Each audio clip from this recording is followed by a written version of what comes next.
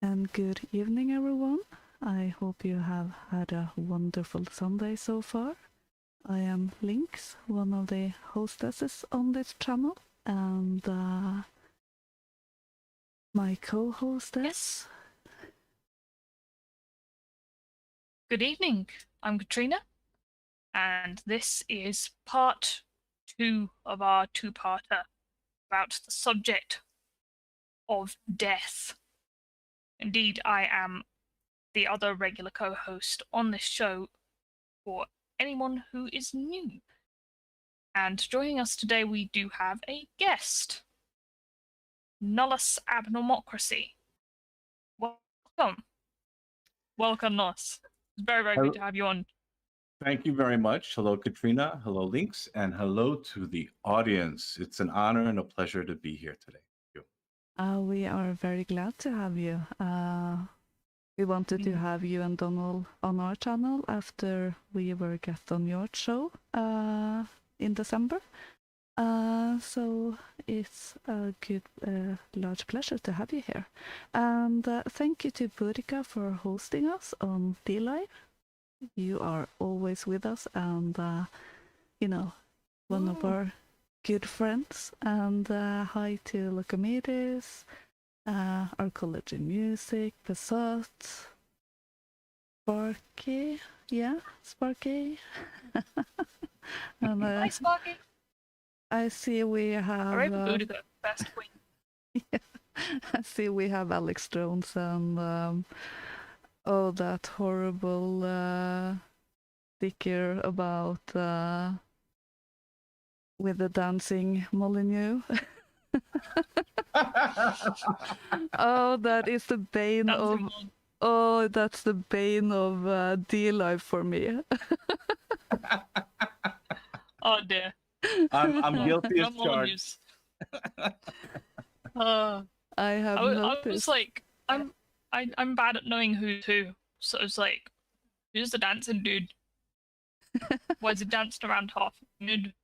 What has this got to do with anything? I don't know. But yeah, Think of him as I want to be good at. Think of him as Loki. Yeah. Oh, okay, he's one of those. Okay. He is a philosopher, basically, I think. And he has some based stuff that he comes with, but he always falls back into the Sivnath position. So, yeah. Oh, thank you for the ice cream. By the way, I do have a theory on Stefan Molyneux, if you're interested. Yeah, sure. So my theory. What's it? Well, I don't know if you're familiar with Ming the Merciless from Flash Gordon. No. Okay, and are you familiar with Egghead from the Batman Wait. series? I'm vaguely familiar with Ming the Merciless. Well, At my least theory. heard. Well, my theory is that Stefan Molyneux comes from a long line of people, and one of his ancestors is Ming the Merciless. And also one of his other ancestors is Egghead from the Batman series. And it kind of makes sense when you think about it, because Egghead's focus is the egg. So it's Stefan Molyneux's. It looks kind of like. Good one. Maybe he's just related to that egg that broke Instagram one time. Ah. I think Humpty Dumpty's a distant relative. Yeah. Possibly. Yes, Lycomedes is saying Molly did do some good videos. And I do agree with that. I haven't watched much of his stuff, but, he did some good stuff. So I'm not really decrying the guy. I just don't want to see him dancing half naked. I think enough about Stefan Molyneux anyway. Yeah. We didn't come here to talk about Stefan Molyneux. We came here to talk about death, primarily, to get down to business. Yeah, I won't go so far to say that Molly is the same as that at the moment, but let's... Contributing to the death of a civilization. He's contributing to the death of civilization. There, that's the tangential link. Yeah. Okay. Yes. Back on course. Death Part 2.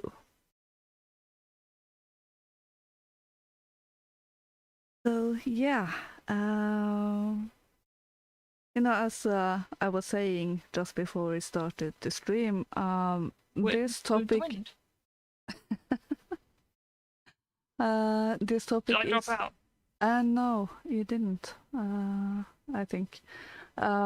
This topic is so huge, it's kind of hard to know where to start in covering it. Yes. So... Yeah, but Nullus has done something vaguely related. Have you not, Nullus? On Conversations with the Wind, you did a whole episode about plague. Yeah. Are you there? Seems like she dropped out. But I can speak to that. I actually had a two-parter on the plague, and the way I introduced it was the plague and the Renaissance, the plague and poetry, and how that connected to our civilizational change over the centuries. Also, how people related to death, how people were forced to confront the death of not just one, but many of their loved ones at the same time. So it completely changed the perception of life, and I think that was more connected at the time, at least, was more connected to the theme of the plague, because back then we didn't really know where any of this COVID stuff was heading. I think even today we still don't know where it's going. But suffice it to say, that was kind of what we were trying to connect it to, in understanding how in historic moments there are these drastic, immediate changes that affect civilizational perceptions of culture, of self, of family, and of community. So that's really where we approach how we approach those topics, and then that was a two-parter. So I have two separate episodes on that. On the back. Yes. Good. Yeah, internet connection's a bit spotty, but you know, what can you do about that sometimes? Just happens to be the bandwidth in the area.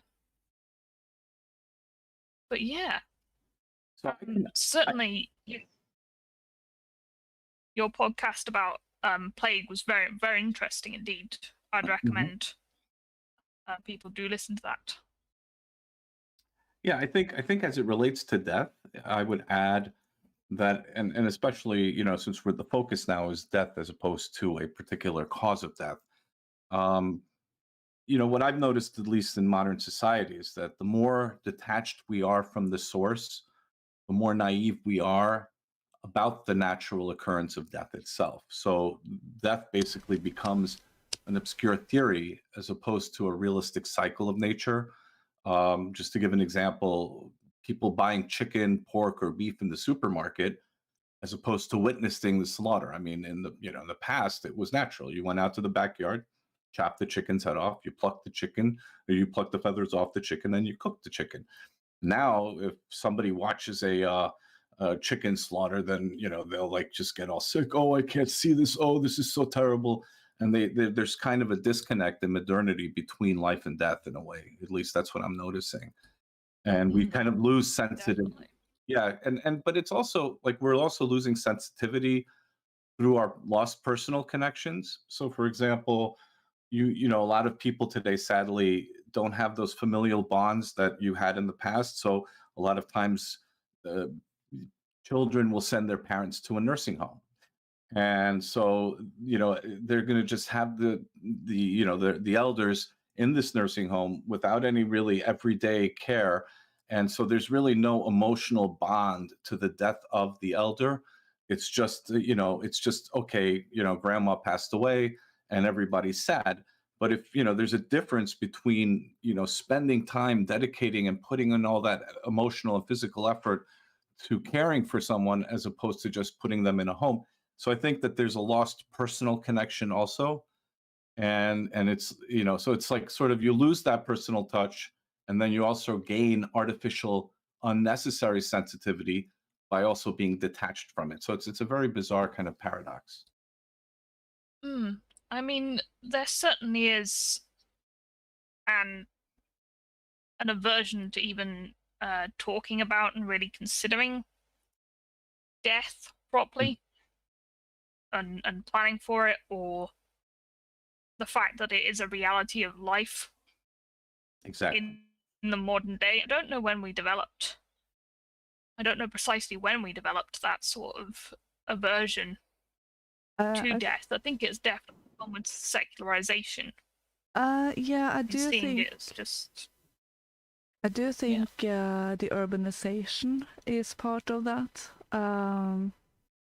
We do have the sort of a meme in Norway that meat comes from the storage of Rema 1000, which is one of our chain stores over here, basically from the back room of the shop, because it's people are so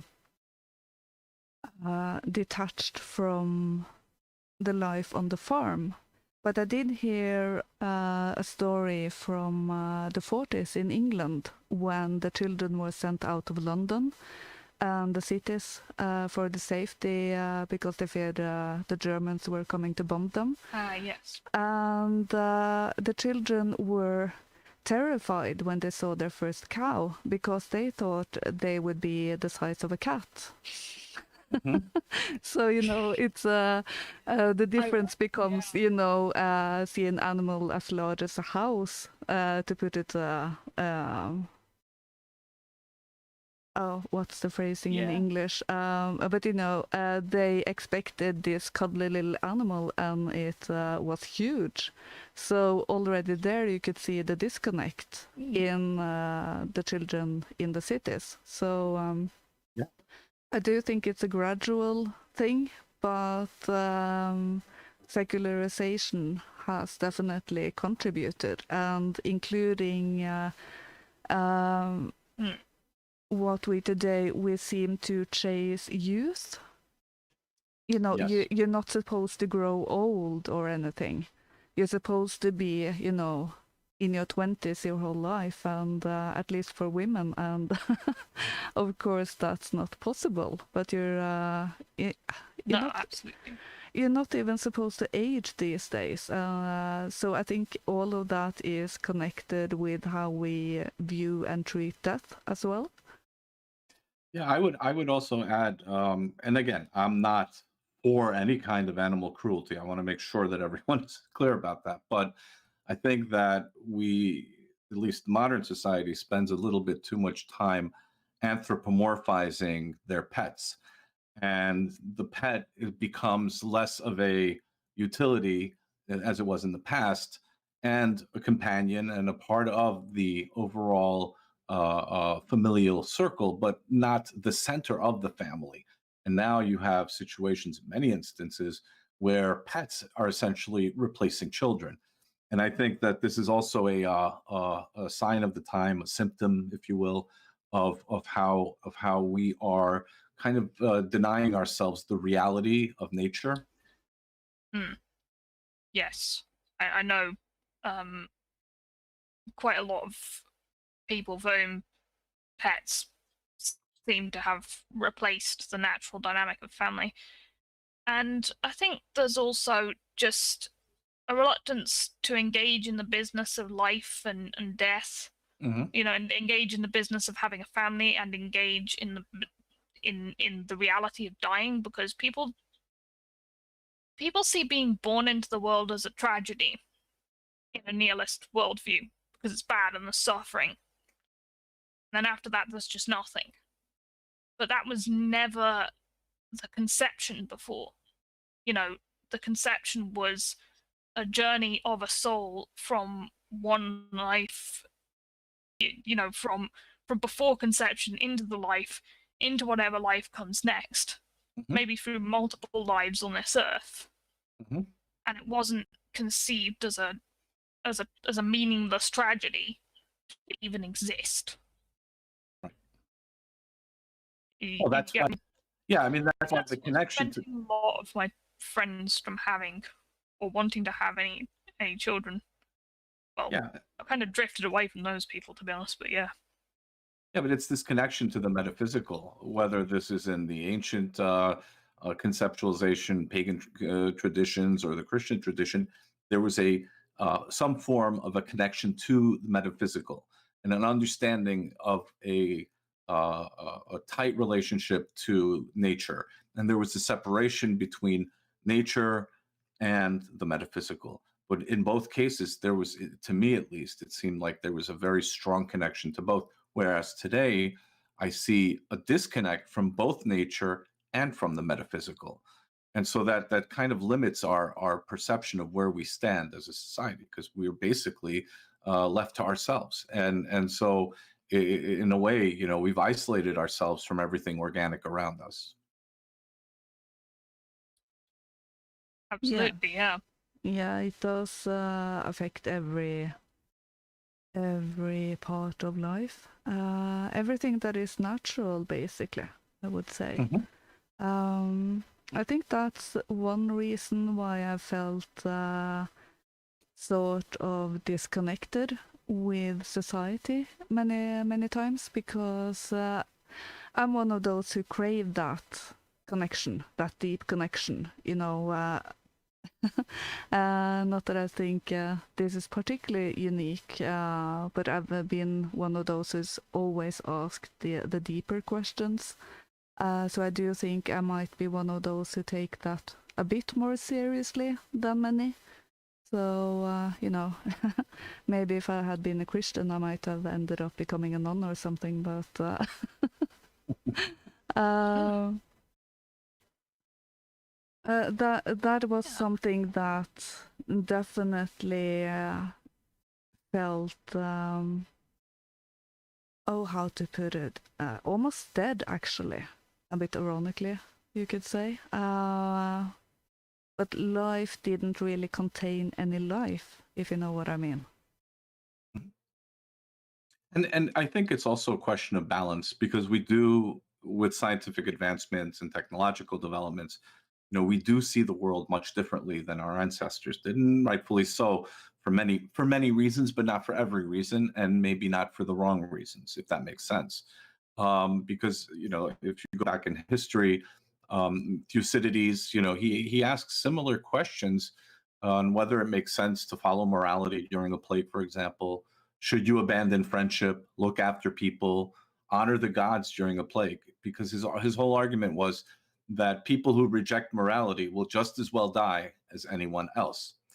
So, and he focused more on the observable world, and he focused more on the transmission of the disease. So, in many ways, he was very ahead of his time, and he was looking at things in a very scientific manner, and you could say accurately, to try to find the root cause of the plague, or the cause of death. But I think at the same time, we everything is a balance. We have to look at science, we have to look at the metaphysical, and science is nature, if we want to put it in those terms, maybe. So we have to understand these connections a little better, I think. But I think today, if you look at it on a societal level, I think that there's a strong disconnect, and I think science is misunderstood or misrepresented as a replacement for nature, whereas in reality, it should actually be more of an just another expression of nature, if that makes sense. Yeah, it really does. And speaking of unbalance, that might be a good segue into our first story for tonight. It is a story by H.C. Andersen about a mother's grief. The story of a mother.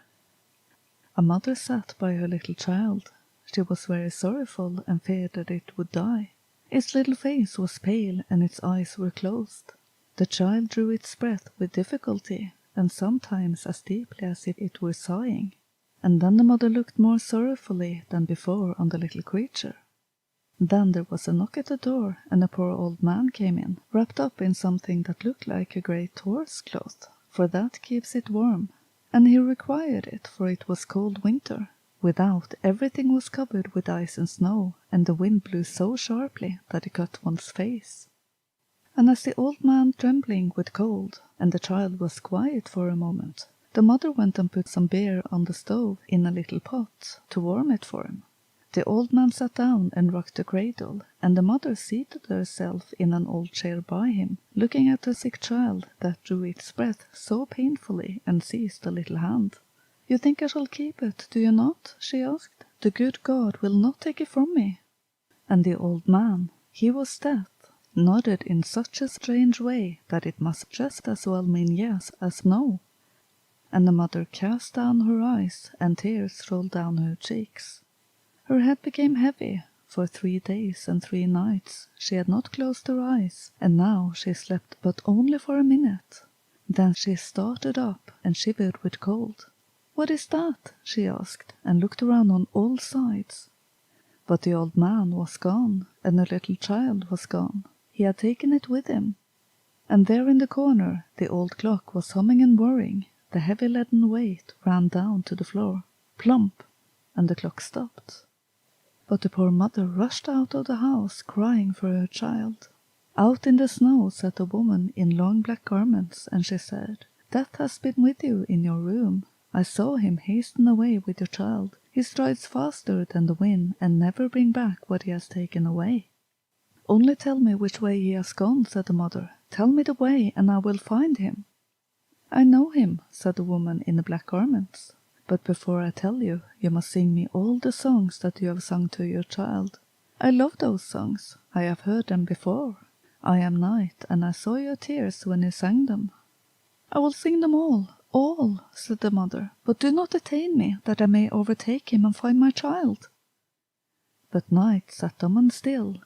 Then the mother wrung her hands, and sang and wept. And there were many songs, but yet more tears.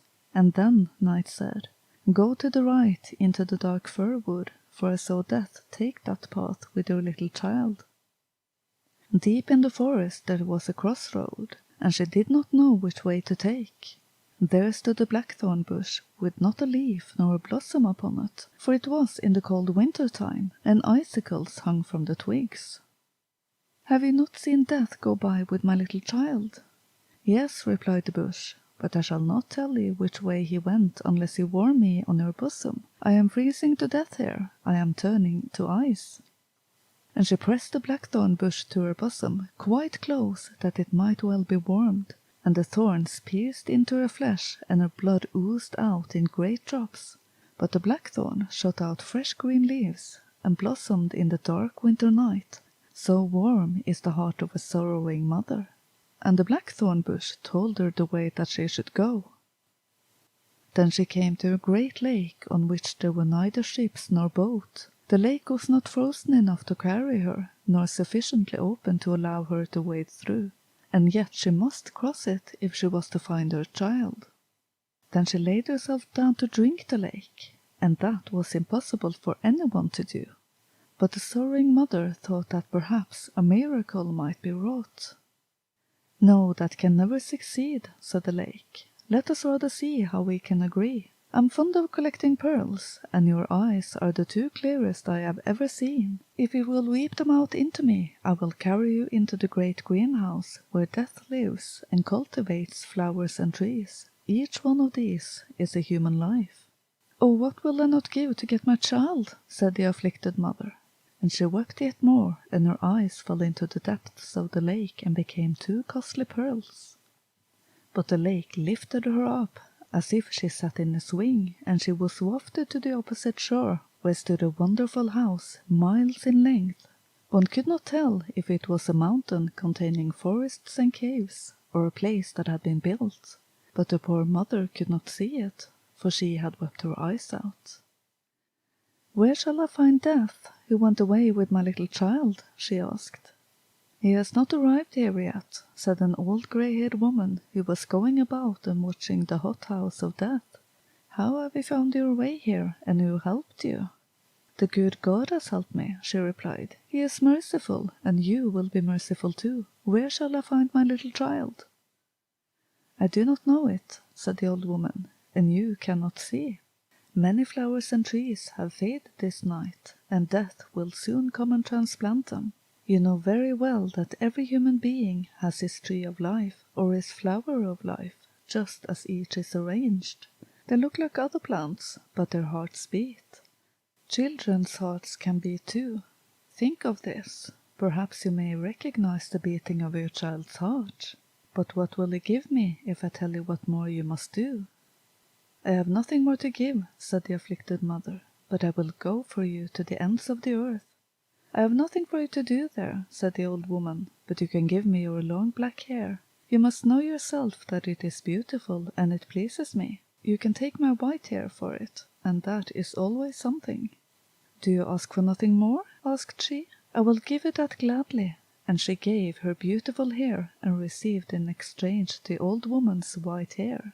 And then they went into the great hothouse of Death, where flowers and trees were growing marvellously intertwined.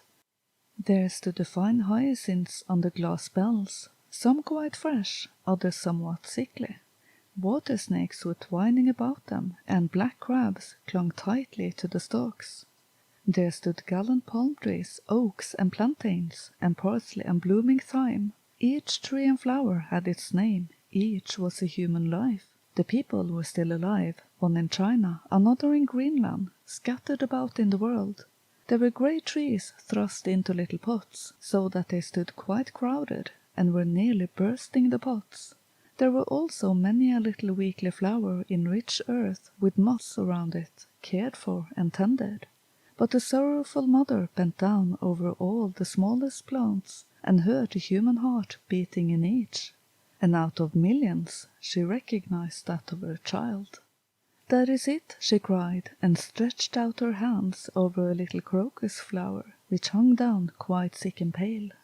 "Do not touch the flower," said the old dame, "but place yourself here, and when death comes, I expect him every minute, then don't let him pull up the plant, but threaten him that he will do the same to the other plants.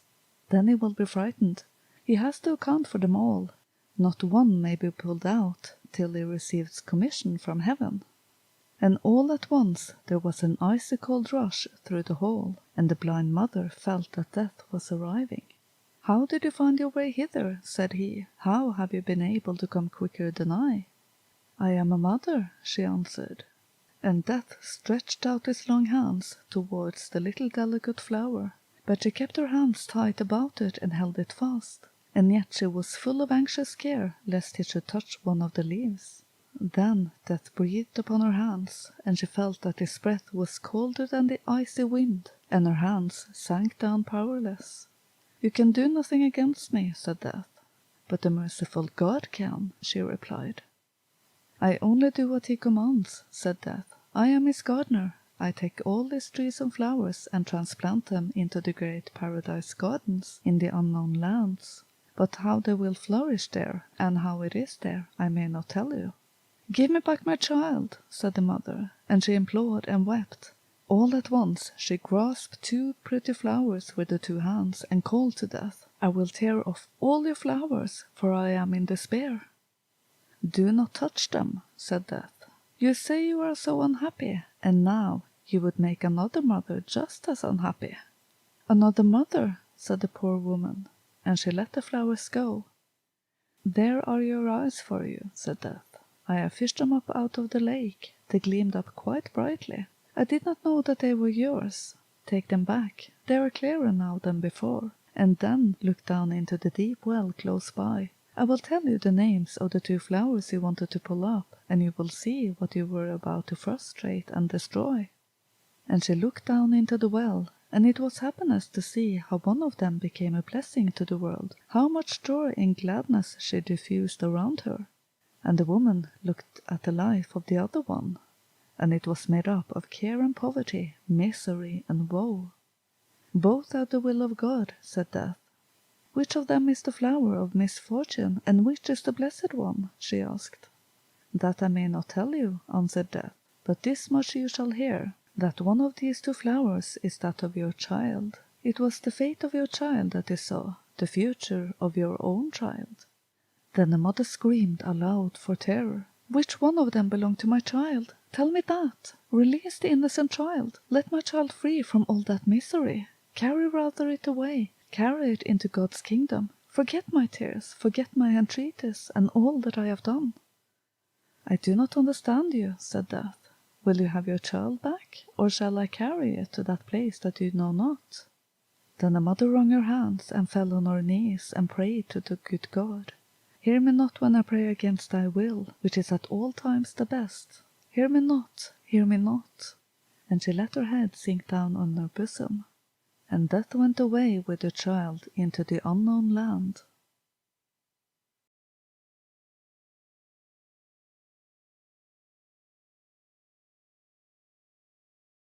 Okay, so that was our first story for tonight.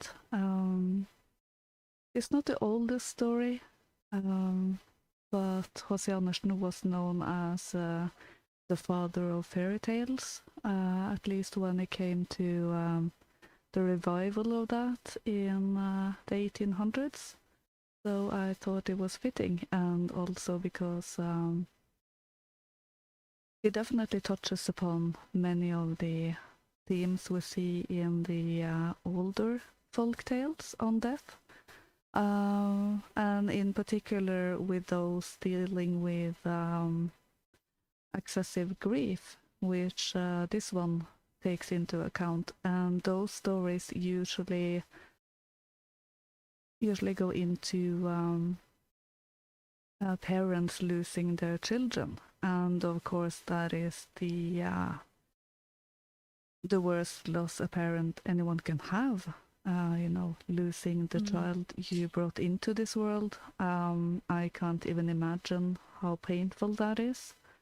And it's very easy to lose yourself in that grief. And several of the folktales we have deal with that topic, in that you don't drown in your grief.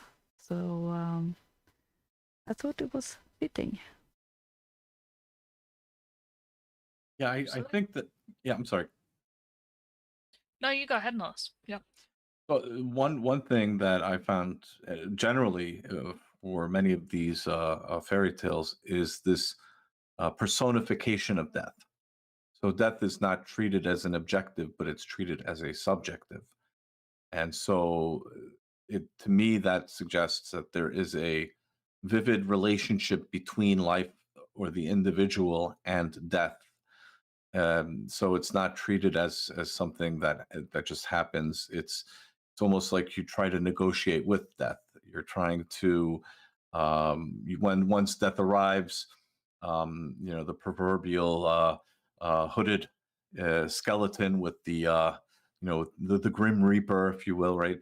Now it's just more of a phrase, but then I think people genuinely had this connection that they felt because of all the loss that they had to endure back then. I mean, child deaths or infant mortality was extremely high. I guess I think until the middle of the 19th century or the end of the 19th century.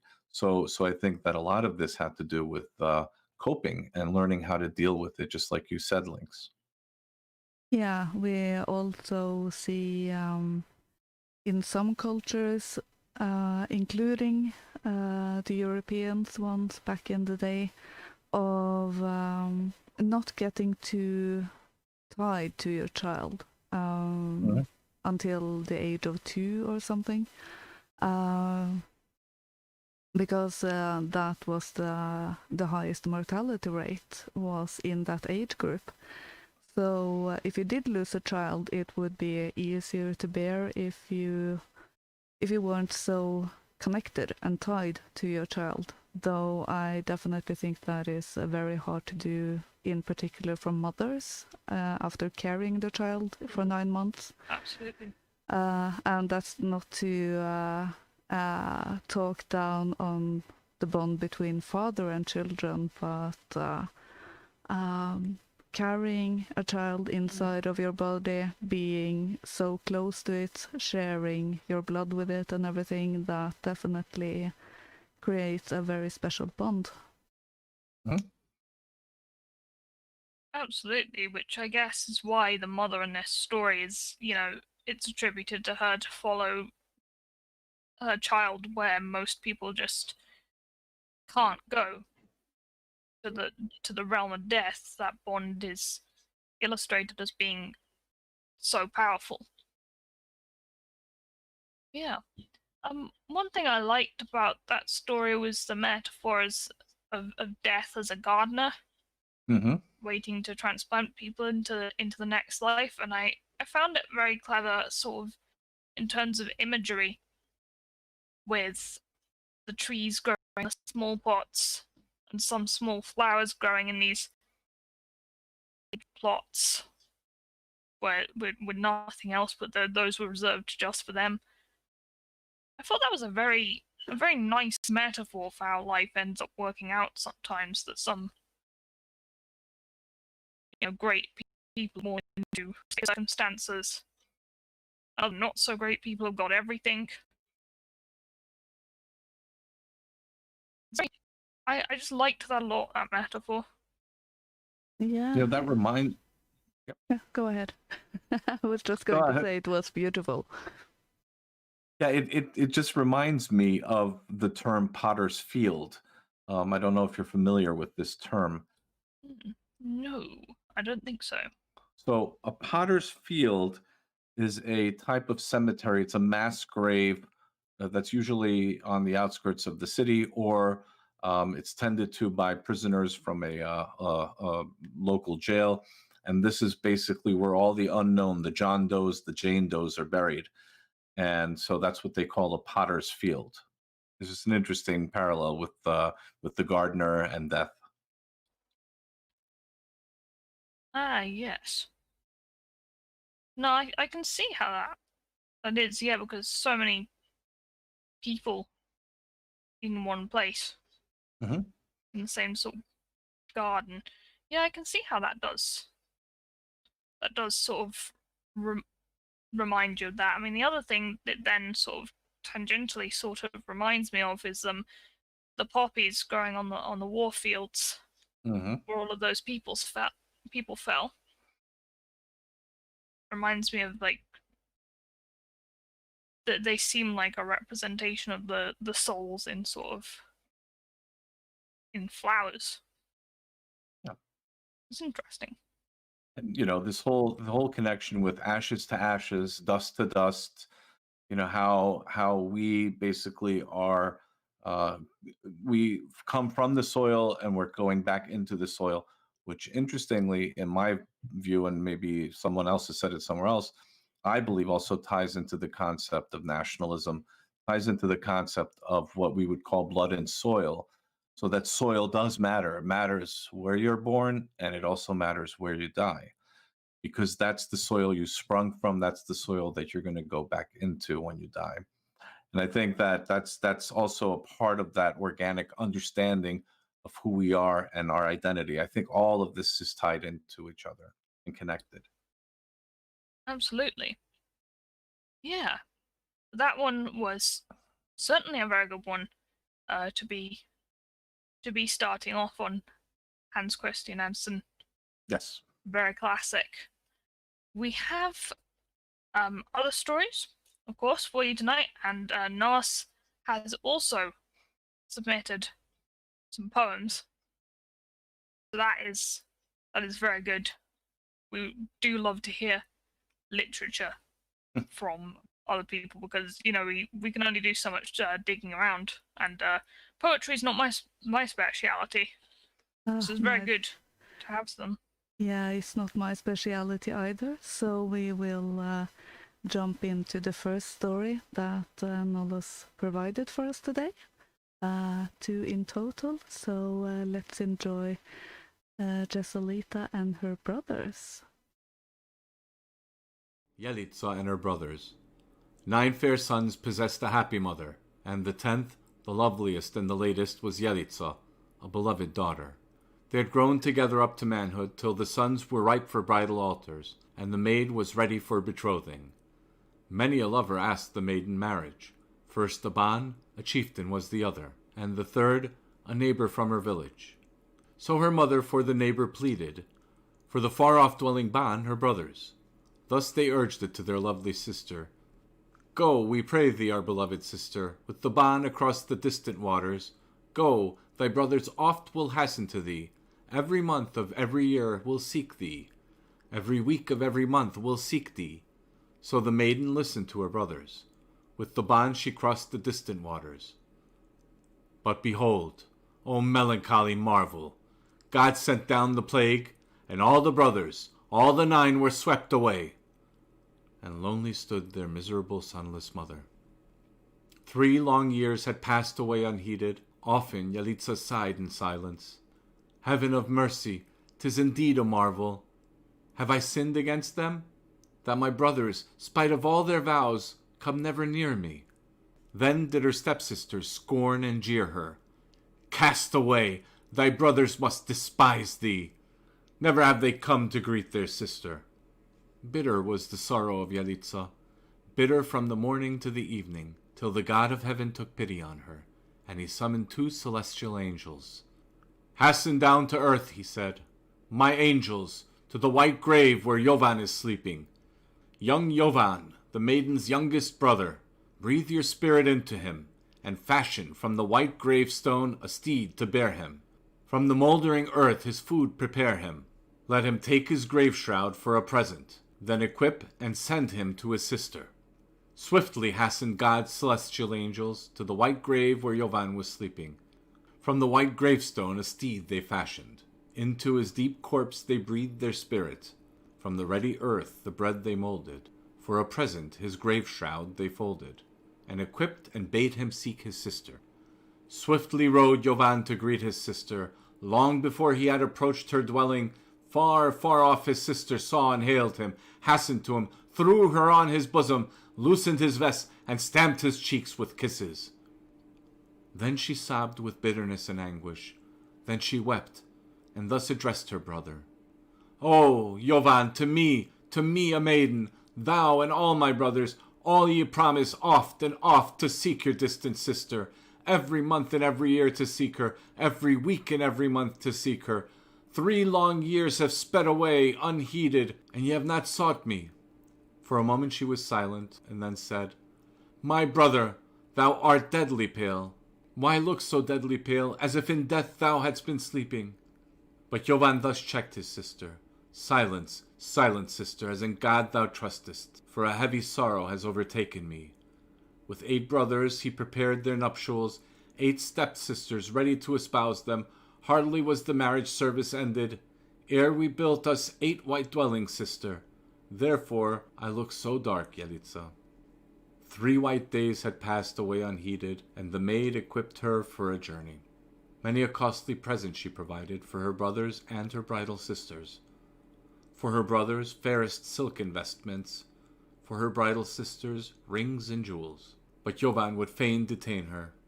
Go not now, I pray thee, my Yelitsa. Wait until thy brothers come and greet thee." But she would not listen to her brother. She prepared the costliest, fairest presents, so the young Jovan began his journey, and his sister traveled patient by him. So as they approached their mother's dwelling, near the house a tall white church was standing. Young Jovan, he whispered to his sister, "Stop, I pray thee, my beloved sister. Let me enter the white church an instant.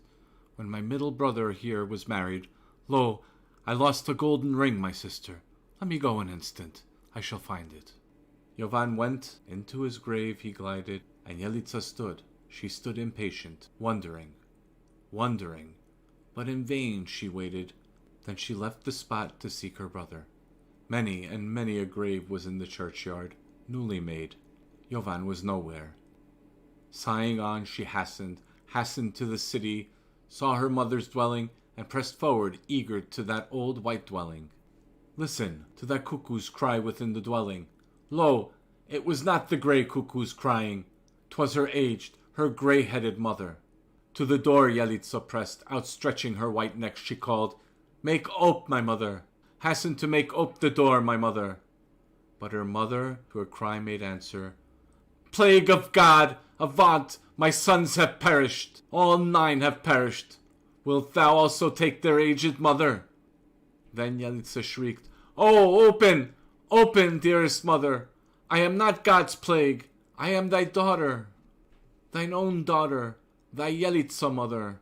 Then the mother pushed the door wide open, and she screamed aloud and groaned, and flung her old arms round her daughter. All was silent. Stiff and dead, they fell to earth together.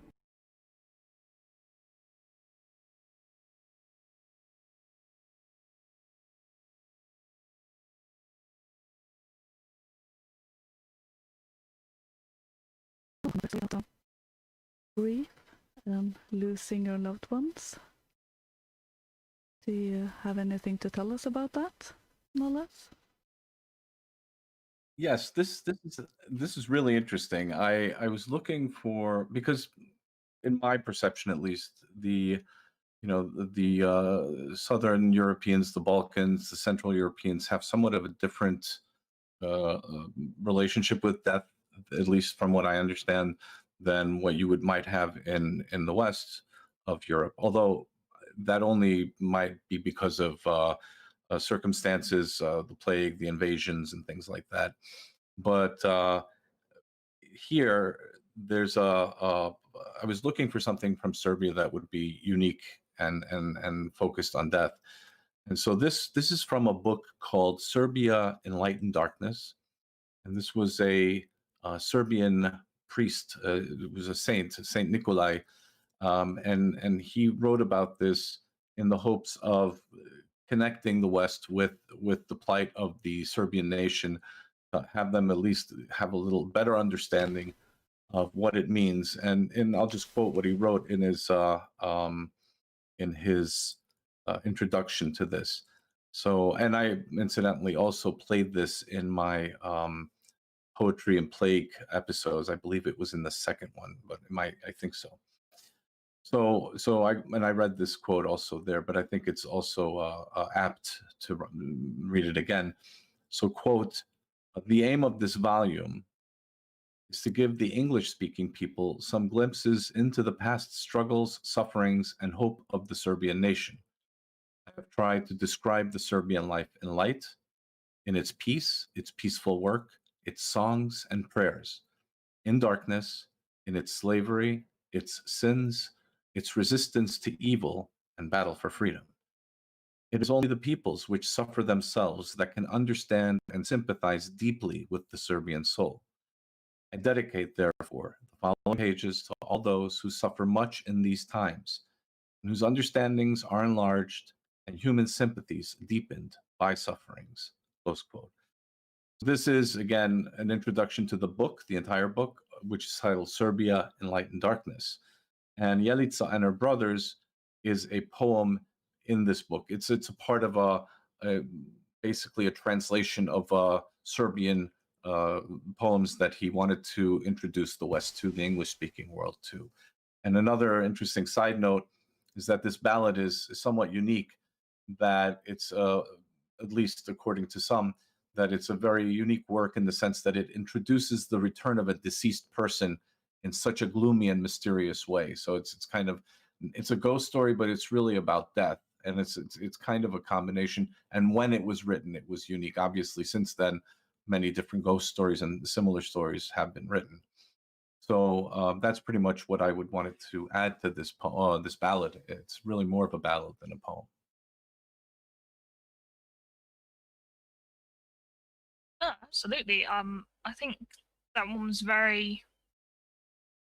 it's very poignant, especially because there's no happy ending, there's no resurrection from the dead. There's just, in the end, just the devastation of this plague left.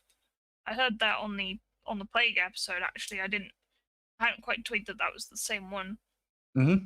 But yeah, as a metaphor for Serbia's suffering and troubles as part of a collection of poems talking about that certainly gives it new context. And yeah, and I would add that I would extend this to the region itself. I mean, the entire Balkans suffered very similarly. Hungary suffered very similarly, and it's, and so you had very different expressions of the same emotion, different expressions, yet somehow they were all the same, if you will. In just maybe different eras in history or different context.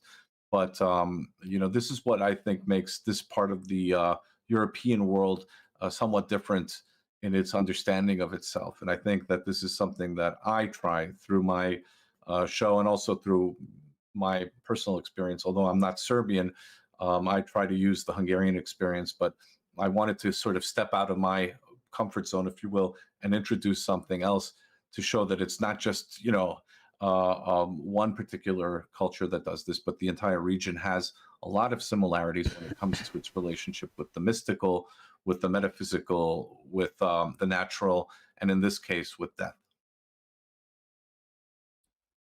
Yes, definitely interesting. Excuse me. Well, we do have many similarities between across Europe. There's also quite a bit of difference. Part of that, I think, is part of the group soul in our various groups, but also the circumstances in that country and the country itself. I definitely believe that the land influence the people, and the people influence the land, so it's a kind of symbiotic.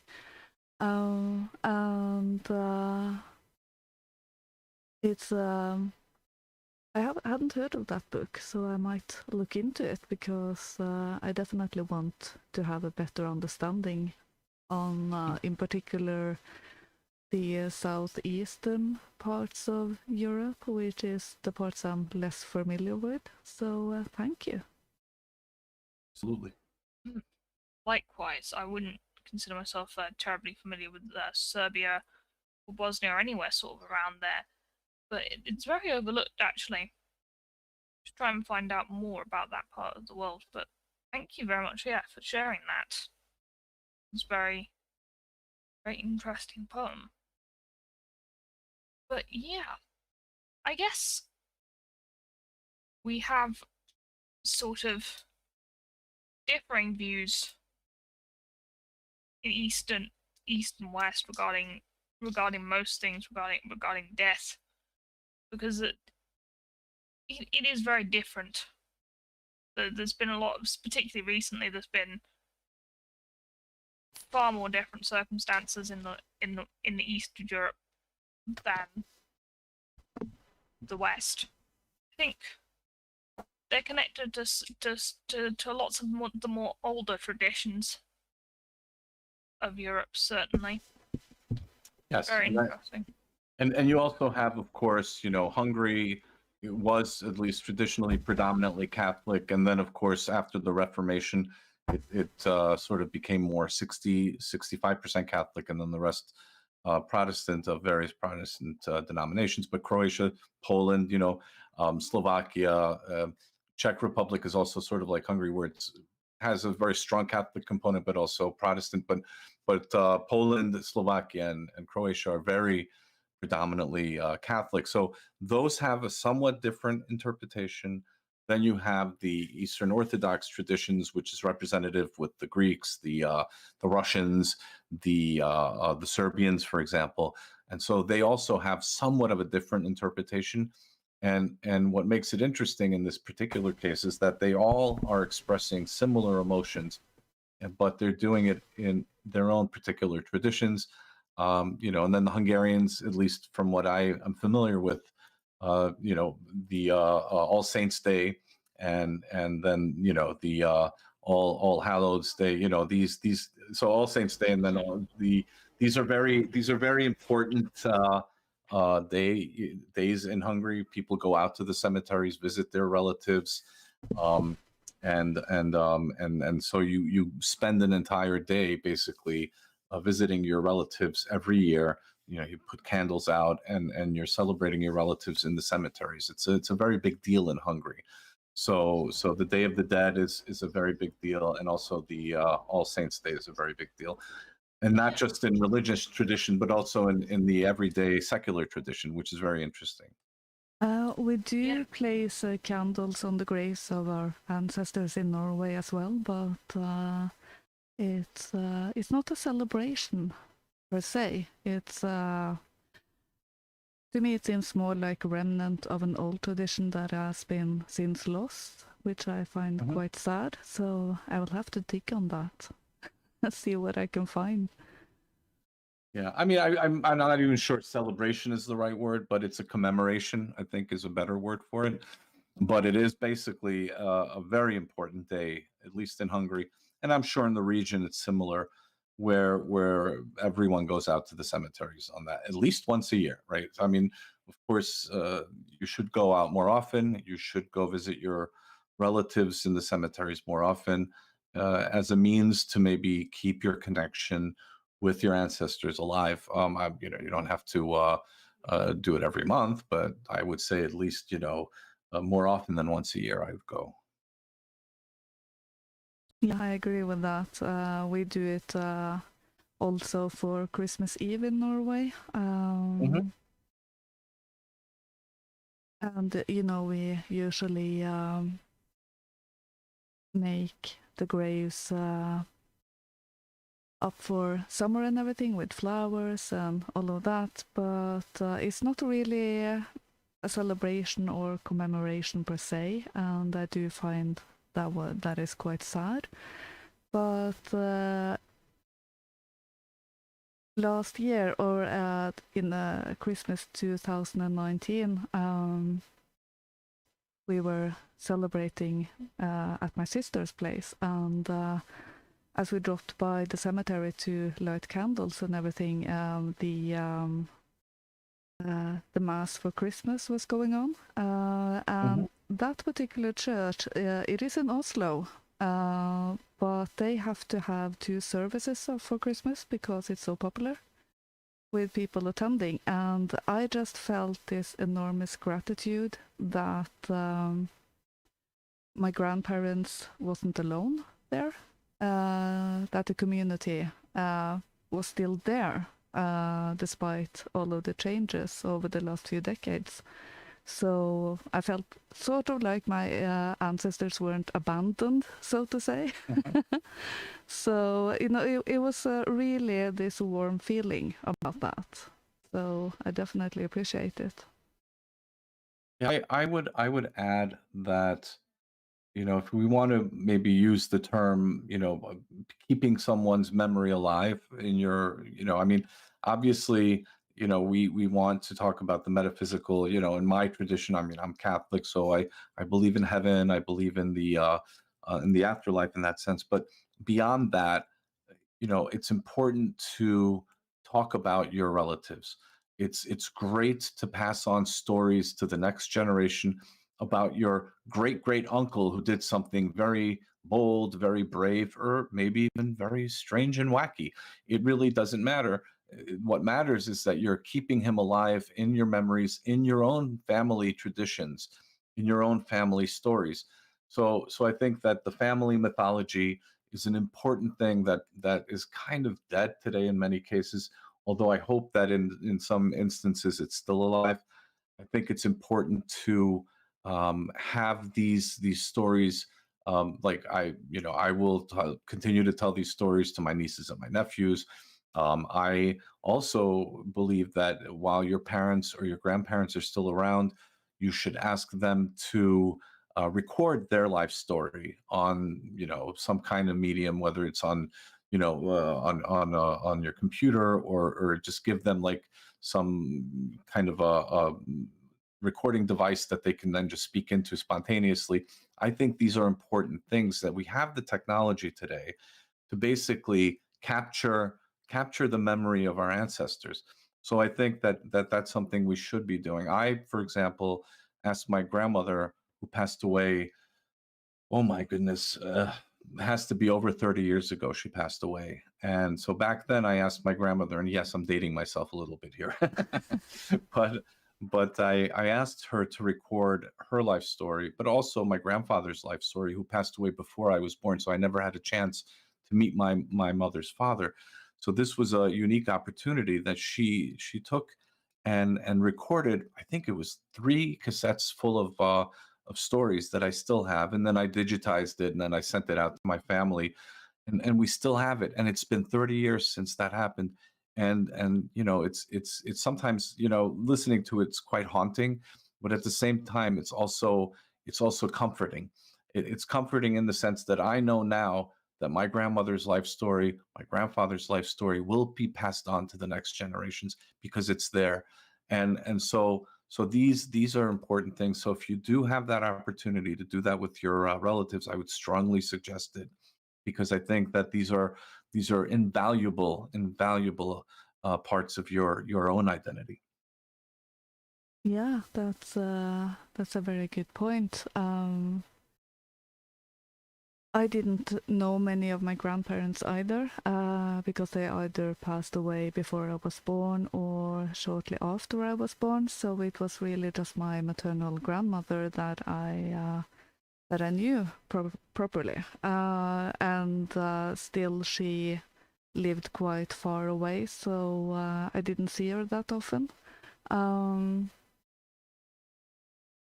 It wasn't too long away, but still not. I didn't see her as much as I would have if we had lived in the same place, of course. And there's a lot of stories I would like to have had, and gotten to know about them more. So I might ask my parents about that.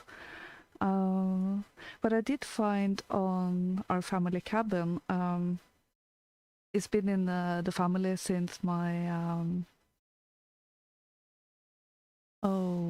it was my great grandparents who bought it back in the day, and I found sort of a memoir from my great grandfather, or one of his children had typed up his stories. So I got the story about why and how they got the cabin, and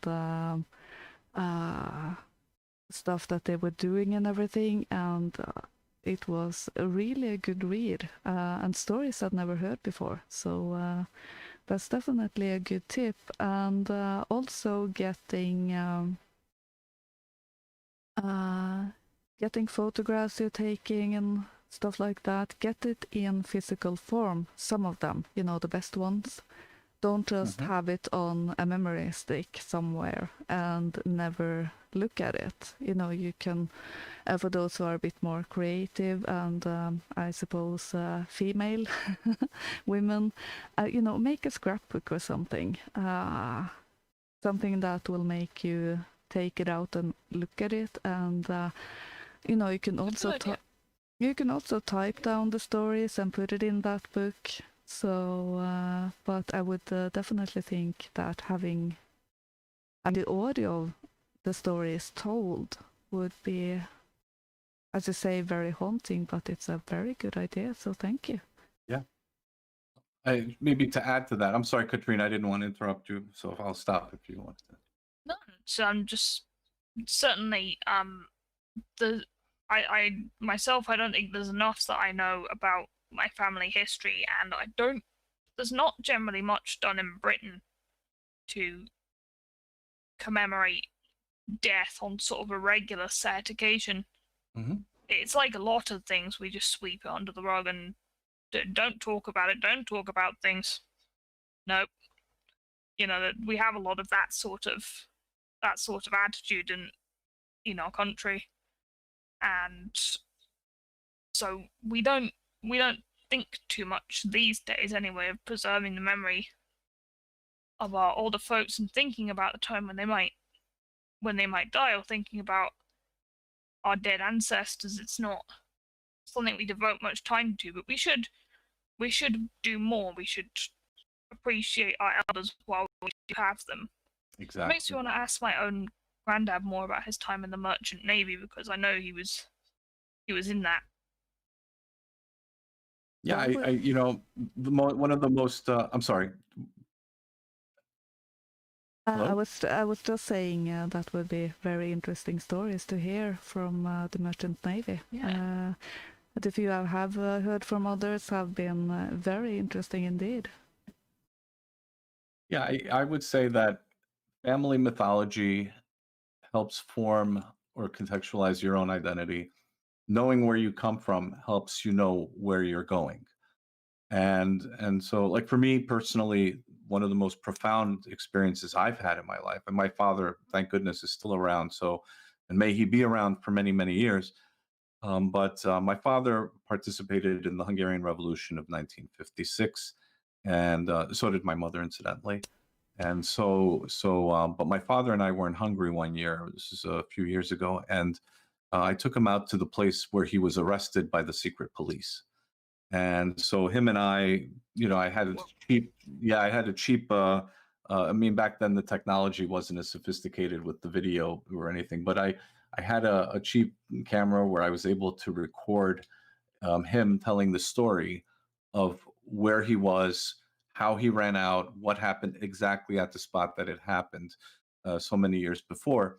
And so for me, I have that on video. And so for me, that is a slice of history, but beyond, the family, it's a slice of collective history as well. And so like for me, that's an important moment in my life where I was able to bond with my father on such a level that it was just very hard to explain. It was just very very emotional, and I think that when we honor our ancestors, in Hungarian culture, it's very important to honor your ancestors. It's very important to honor your history. It's important to honor the memory of the people that were a part of your family. All of this is important in Hungarian culture, and so for us, this is a very natural way of looking at it and understanding ourselves better. So I, again, strongly recommend that if you have, parents, grandparents, great grandparents that are still around, take advantage of it. I cannot stress this enough. Take advantage of it. Create your family mythology if you don't have one. You're the first one to start it, and what you're doing is you're building something that can last generations. And so these are really, really, especially now when we have all these different things going on today. Who knows? In 100 years, your great great grandchildren might want to know what did you think? What was going through your head? What was the direct personal link to what their great grandpa or their ancestor was to this particular moment in history? So these are really important things, and I would stress again, I cannot stress enough that I would recommend this to everyone. Yeah. Part of my journey has been to reconnect with my roots. Working my way out of nihilism and all of that, I finally felt how uprooted I was in many ways, and I'm not really blaming anyone for that. My parents have lived the more modern life, so to speak. But I definitely felt that in order to know who I was, then I had to know where I came from and where I originate from. So it's been more looking into the Norwegian history and the Norse history and all of that, but knowing where you come from is extremely important to know where your place is in the world. Mm-hmm. You kind of wonder what sort of stories we'll have for our children and grandchildren.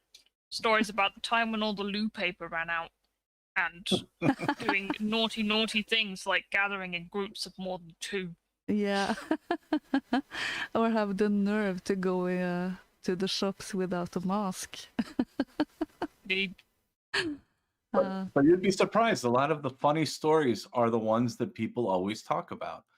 So I would just include everything. You don't have to sanitize your family's history. Just be aware of it, embrace it, love it, and when you're recording it and when you're creating it for your descendants, then just put in everything. Let them. I mean, obviously, be a little bit selective. You don't want to go crazy, but make it real for them. And I think that the more real you make it for them, the more real it becomes for you as well. Definitely. We just had Garand Bear with 18 viewers hosting us on dlive, so thank you very much and welcome to the channel. Thank you very much. I haven't seen you before, so on this channel we focus on European folk tales and stuff like that. So we, read stories and talk about them every Sunday. So welcome. Yes, very much. Thank you for hosting. And hopefully some of the people who are watching your channel, they like what they're seeing. And we aim to provide cozy story time every Sunday. I mean, this week it's death, so it's not that cozy. Good stories. Yeah. Well, you can talk about death in a cozy way, I guess, right? Yeah. Just make sure that you don't open the door and invite death into your home. That's all. And you might not want to lure them into a pear tree so that nobody dies. Just give a shout. There's an Austrian pop group called Erste Allgemeine Verunsicherung, which is basically a play on the word of the first general insurance company, but then they called it the first general uninsurance company. And so they have a No, I get it. And so they basically have a song called Death, and they're playing off the Jedermann play that's in Salzburg every so often. I think it's every year, every 4 years. And so the song basically talks about how Death knocks on this gentleman's door, and then he invites Death into his home and gets Death drunk with Yagurte. And so he gets yeah, so it's a pretty funny song anyway. But if you do invite Death into your home, make sure you have enough alcohol to get him drunk. Oh dear. Yeah, whenever I think of death, I think of like, if anybody reads Terry Pratchett books, and just everything that death says is in capitals, and he describes it as death's voice sounding like tomb slabs being dropped onto other tomb slabs. So you just envision it echoing. But then he has him talking about like weird things like, why do humans put cherries on a stick in drinks? Why do they mince up perfectly good chicken and mushrooms and put them into little pastry parcels? Do they not know how little time they have? That's death at a cocktail party, and I love some of the situations that Terry Pratchett puts death in. That sounds great. A bit more funny than Death in A Christmas Carol, because that version of Death doesn't speak at all. Nope. He's just pointing everywhere. Yeah. Should we have another story? I think it's getting on for the half past. What one are we gonna have next? Next up we have another one from Nullus, which is called cremation of the cremation of Sam McGee. So that might be a bit hot. I don't know. We'll have to see.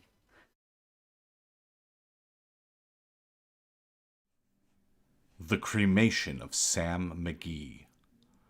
There are strange things done in the midnight sun by the men who moil for gold.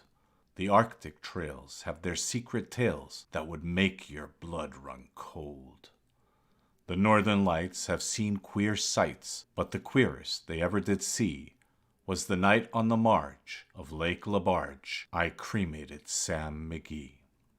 Now Sam McGee was from Tennessee, where the cotton blooms and blows. Why he left his home in the South to roam round the pole, God only knows. He was always cold, but the land of gold seemed to hold him like a spell, though he'd often say, in his homely way, that he'd sooner live in hell. On a Christmas day we were mushing our way over the Dawson Trail. Talk of your cold, through the parka's fold, it stabbed like a driven nail. If our eyes we'd close, then the lashes froze till sometimes we couldn't see. It wasn't much fun, but the only one to whimper was Sam McGee. And that very night, as we lay packed tight in our robes beneath the snow, and the dogs were fed, and the stars overhead were dancing heel and toe, he turned to me, and, Cap, says he, I'll cash in this trip, I guess, and if I do, I'm asking that you won't refuse my last request. Well, he seemed so low that I couldn't say no. Then he says with a sort of moan, It's the cursed cold, and it's got right hold till I'm chilled clean through to the bone. Yet 'tain't being dead, it's my awful dread of the icy grave that pains. So I want you to swear that, foul or fair, you'll cremate my last remains. A pal's last need is a thing to heed, so I swore I would not fail. And we started on at the streak of dawn, but God, he looked ghastly pale. He crouched on the sleigh, and he raved all day of his home in Tennessee, and before nightfall, a corpse was all that was left of Sam McGee. There wasn't a breath in that land of death, and I hurried, horror-driven, with a corpse half hid that I couldn't get rid because of a promise given. It was lashed to the sleigh, and it seemed to say, You may tax your brawn and brains, but you promised true, and it's up to you to cremate those last remains. Now a promise made is a debt unpaid, and the trail has its own stern code.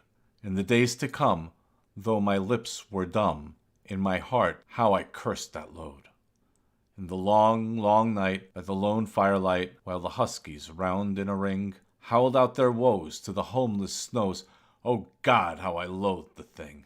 And every day that quiet clay seemed to heavy and heavier grow. And on I went, though the dogs were spent and the grub was getting low. The trail was bad, and I felt half mad, but I swore I would not give in. And I'd often sing to the hateful thing, and it hearkened with a grin. Till I came to the marge of Lake Labarge, and a derelict there lay. It was jammed in the ice, but I saw in a trice it was called the Alice May. And I looked at it, and I thought a bit, and I looked at my frozen chum. Then, here, said I, with a sudden cry, is my crematorium. Some planks I tore from the cabin floor, and I lit the boiler fire. Some coal I found that was lying around, and I heaped the fuel higher. The flames just soared, and the furnace roared, such a blaze you seldom see. And I burrowed a hole in the glowing coal, and I stuffed in Sam McGee. Then I made a hike, for I didn't like to hear him sizzle so. And the heavens scowled, and the huskies howled, and the wind began to blow. It was icy cold, but the hot sweat rolled down my cheeks, and I don't know why, and the greasy smoke in an inky cloak went streaking down the sky. I do not know how long in the snow I wrestled with grisly fear, but the stars came out, and they danced about ere again I ventured near. I was sick with dread, but I bravely said I'll just take a peep inside. I guess he's cooked, and it's time I looked. Then the door I opened wide, and there sat Sam, looking cool and calm, in the heart of the furnace roar. And he wore a smile you could see a mile, and he said, "Please close the door. It's fine in here, but I greatly fear you'll let in the cold and storm. Since I left Plumtree down in Tennessee, it's the first time I've been warm. There are strange things done in the midnight sun by the men who moil for gold. The Arctic trails have their secret tales that would make your blood run cold. The northern lights have seen queer sights, but the queerest they ever did see was the night on the marge of Lake Labarge I cremated Sam McGee."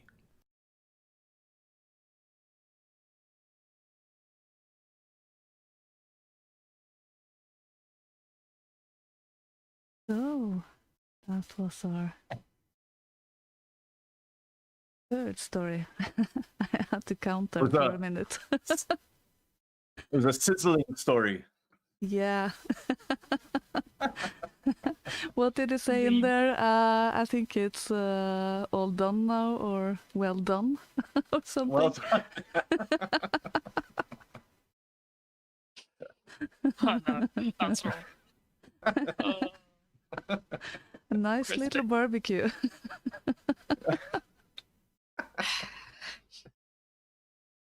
Oh dear. Nope, it's gone to that point of the show again. Yeah. Something wrong always crops up. We had multilingual cheers in the chat. That was Yeah. nice. Yeah. I will What's Hungarian contribute. for cheers? Hungarian, Oh, yeah, Hungarian for cheers. You know that thing you say when you clink drinks together. Egészségedre. Ah. It's to your health in Hungarian. It's egészségedre. Yeah. Or if you want to be fancy and you want to do a tongue twister, then you could also say kedves megegészségesedésetekre, but I don't recommend anyone try that. I mean, we've had a few. That's not going to be practical. I already have a list of English tongue twister that I used to practice with, so I'll stick with that one for now. Try saying that after 5 drinks, right? Yeah. In Norway we have Ibsens ripsbusker og andre buskvekster. Oh boy. I think I would probably have a trouble. Yeah. As for cheers, we have skål. We're when it comes to drinking, we're quite easygoing. So we just say skål. Yep, Germans are just Prost. Prost, I think yeah. in Russian it is to your health as well. Mm-hmm. Uh, nas Nastrovia. Nazdrovya. Yeah, but I don't think Russians actually say that very much. They tend to like individualize their toasts a bit more, I think. You know, that's interesting you say that because I think not every culture does that, but I know it's not really common anymore. But you used to have in Hungarian culture, you used to have like these little sayings before you had the toast. I think you might have had that also in the in English as well. I'm not so sure. But, you know, like a little rhyme or some kind of a funny kind of limerick or something like that, and then everyone would say cheers to it. And then they also in Hungary, it's very interesting. They also say "Isten Isten" when they say cheers, and what that means, Isten means God.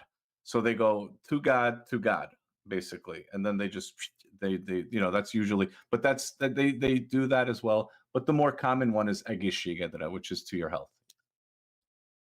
Huh. Yep. That's interesting. Yeah, I mean, I suppose to your health. Somewhat ironic when consuming large amounts of alcohol. But never mind. I suppose then you do need the wishes for your health. Yeah. Right Meow is Specifically your liver. Right Meow is hosting us with 32 viewers. So Ooh. thank you and Hi, welcome. right meow. Yeah, always good to Thank see you. her. So yeah. Yeah. I think you must have had quite a heart-stopping welcome back to the cabin there. Mm. I think so. So this poem, just to give a little background to it, this poem was written by the Canadian poet Robert W. Service, and it was published sometime around 1907. And it's from a book of poetry that he from one of a book of poetry titled "Songs of the Sourdough." And from what I understand, the term sourdough refers to a resident of the Yukon. And so this story of Sam McGee is fictional, but it's kind of an amalgamation of events and individuals Service personally experienced and witnessed while working and living in the Yukon. And from what I understand, and maybe if I don't know if there's anyone from Canada in the audience, but from what I understand, this is a very well-known and famous poem that they teach it's in schools throughout Canada. And I might be wrong. I don't know that for certain. Huh. Yeah, I hadn't actually heard that poem before, but it might indeed be well known in Canada. I don't know that much about Canada. Probably look into some Canadian folklore because they, of course, have got a mixture of French and English. Yeah. Yeah. And I think Sasquatch, Bigfoot comes from Canada, right? I Yeah. don't know. Yeah, I think so. I Yeah. think so. You know, the poor Canadians, they tend to drown beneath the Americans. So, or Yeah, we even get them confused. yeah, right now also Accents too similar. right now also due to the drama teacher. So Yeah. but I was quite intrigued before Christmas when I found that Christmas story about the French version of the Krampus. So because I definitely think that one had French roots, but were transplanted over to the Canadian forests. I do think the Canadian forests are slightly larger than they have in France, so that was definitely interesting. The dlive chat seems hazy on what Canada is. I Yeah. just noticed that. What even is Canada? Canada who? What's that small coin they have? I don't remember the name of it, but it's really hilarious. I think it's a loonie or something. don't know. I I don't know either. You know, we're gonna have to. I think you're gonna have to bring in a Canada expert here on one of your upcoming shows. Yeah. we know Canadians. We know Canadians, do we? We know Uh, Canadians? I'm not sure, but I know of Canadians. So I don't know. Maybe we'll invite Endeavor or something. He does movie streams with Morgus. So Oh, nice. yeah. Canadian. You might get some Canadian pushback, you know. So Yeah. We'll have to get a Canadian on to educate us on Canadians and loonies and all of that. Yeah, but the first time I heard, I think it's called a loony, and the first time I heard that, I actually thought it was a joke. Then it turned out it wasn't a joke, and I nearly died on the spot by laughter. So. Do you reckon we've got time for one more quick story? Yeah, we do. Just Arcology Music said that Euphemia is a leaf, so we might invite her. Oh, right. Thank you for that. We'll have that in mind. Nice. Yeah. Okay. Let's jump into the next story, and this one is from Katrina. It is the voice of death. Mm-hmm. The voice of death. Once upon a time, there lived a man whose one wish and prayer was to get rich. Day and night he thought of nothing else, and at last his prayers were granted, and he became very wealthy. Now, being so rich and having so much to lose, he felt that it would be a terrible thing to die and leave all his possessions behind. So he made up his mind to set out in search of a land where there was no death. He got ready for his journey, took leave of his wife, and started. Whenever he came to a new country, the first question that he asked was whether people died in that land. And when he heard that they did, he set out again on his quest. At last he reached a country where he was told that the people did not even know the meaning of the word death. Our traveller was delighted when he heard this and said, "But surely there are great numbers of people in your land, and no one ever dies." "No," they replied, "there are not great numbers, for you see from time to time a voice is heard calling first one, then another, and whoever hears that voice gets up and goes away, and never comes back." "And do they see the person who calls them?" he asked, "or do they only hear his voice?" "They both see and hear him," said the answer. Well, the man was amazed when he heard that the people were stupid enough to follow the voice, even though they knew that if they went with it when it called them, they would never return. And he went back to his home and got all his possessions together, and, taking his wife and family, he set out, resolved to go and live in that country where the people did not die, but where they instead heard a voice calling them, which they followed into a land from which they never returned. For he had made up his own mind that when he or any of his family heard that voice they would pay no heed to it, however loudly it called. After he had settled down in his new home, and had got everything in order about him, he warned his wife and family that, unless they wanted to die, they must on no account listen to a voice which they might hear some day calling them. For some years everything went well with them, and they lived happily in their new home. But one day, while they were all sitting together around the table, his wife suddenly started up, exclaiming in a loud voice, "I am coming! I am coming!" And she began to look around the room for her fur coat. But her husband jumped up, and taking firm hold of her by the hand, held her fast and reproached her, saying, "Don't you remember what I told you? Stay where you are unless you wish to die. But don't you hear that voice calling me?" She answered, "I am merely going to see why I am wanted. I shall come back directly." So she fought and struggled to get away from her husband, and to go where the voice summoned. But he would not let her go, and had all the doors of the house shut and bolted. When she saw that he had done this, she said, "Very well, dear husband, I shall do what you wish, and remain where I am." So her husband believed that it was all right, and she had fought better in it, and had gotten over her mad impulse to obey the voice.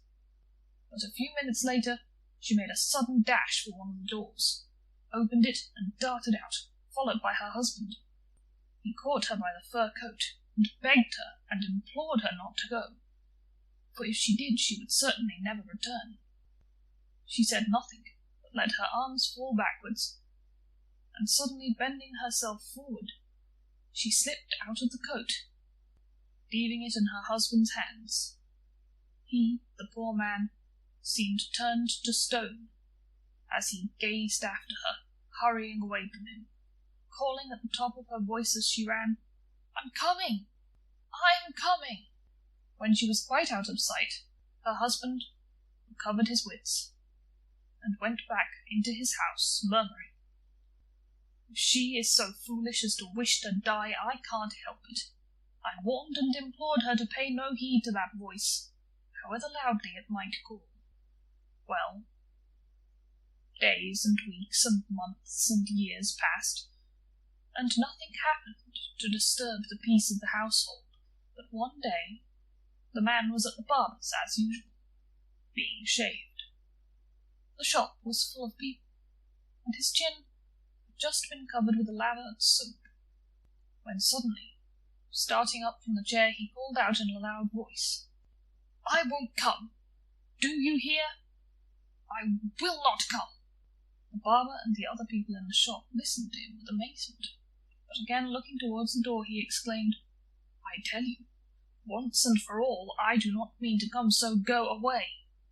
A few minutes later he called out again, "Go away, I tell you, or it will be the worse for you. You may call as much as you like, but you will never get me to come." And he got so angry, you might have thought that someone was actually standing at the door, tormenting him. At last he jumped up and caught the razor out of the barber's hand, exclaiming, "Give me that razor. I'll teach him to let people alone for the future." And he rushed out of the house as if he were running after someone, whom no one else saw. The barber, determined not to lose his razor, pursued the man, and they both continued running at full speed till they had got well out of the town, when all of a sudden the man fell head foremost down a precipice, and was never seen again. So he too, like the others, had been forced against his will to follow the voice that called him. The barber, who went home whistling, and congratulating himself on the escape he had made, described what had happened, and it was noised abroad in the country that people who had gone far away and never returned had all fallen into a pit, for till then they had never known what happened to those who heard the voice and obeyed its call. But when crowds of people went out from the town to examine the ill-fated pit that had swallowed up such numbers, and yet never seemed to be full, they could discover nothing. All they could see was a vast plain that looked as if it had been there since the beginning of the world. And from that time the people of the country began to die like ordinary mortals, all the world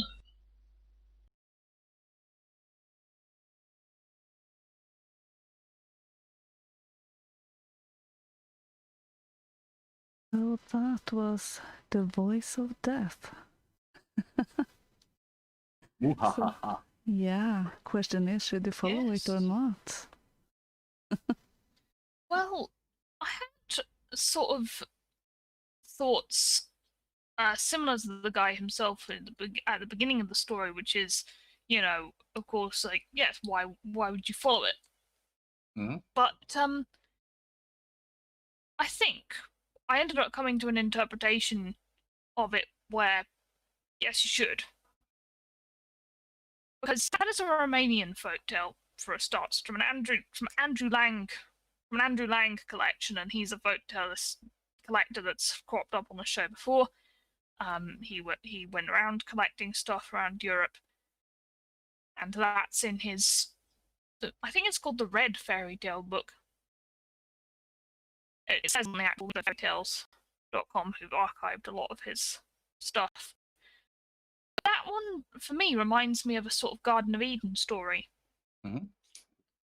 I think it has a lot of parallels with that, as in, there is a person who comes into the land and essentially tempts people to go against, originally you come when the voice of death calls, and he's the one to go in there and question that, and thus causing everybody's downfall, because they aren't guided away by the spirit anymore. They experience normal death. Mm-hmm. And I interpret that as this community having had a death guide, a spirit guide, and his rebellion against that tradition and that rite has desacralized it, I think. Because he's very obsessed with everything having material and rational explanations. He's very obsessed with taking all of his material possessions with him, and his sort of urge to stick it to the natural order loses these people their innocence regarding death. So they didn't used to know, or didn't really used to experience death in the same way, but he sort of desacralizes it for them, and they experience, I guess, a boring death, a profane death. They're not consciously going anymore at the time of their death. It could come as a surprise to them, and I feel like them losing that is kind of a bad thing. I don't know. I look at all. You guys, Yeah, I look. Viewpoint.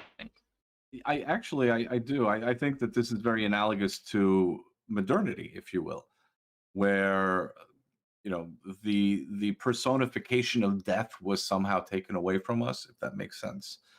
So what we have essentially is just the event of death, and so there's no it just happens. There's nothing around it. There's no mythology around it. You just basically die. And I think that's kind of what we're suffering right now, if you think about it. The story also, again, I have to refer again back to the Yedaman play, because it does remind me somewhat of that, but the Yedaman play is more of a redemption arc, somewhat similar to.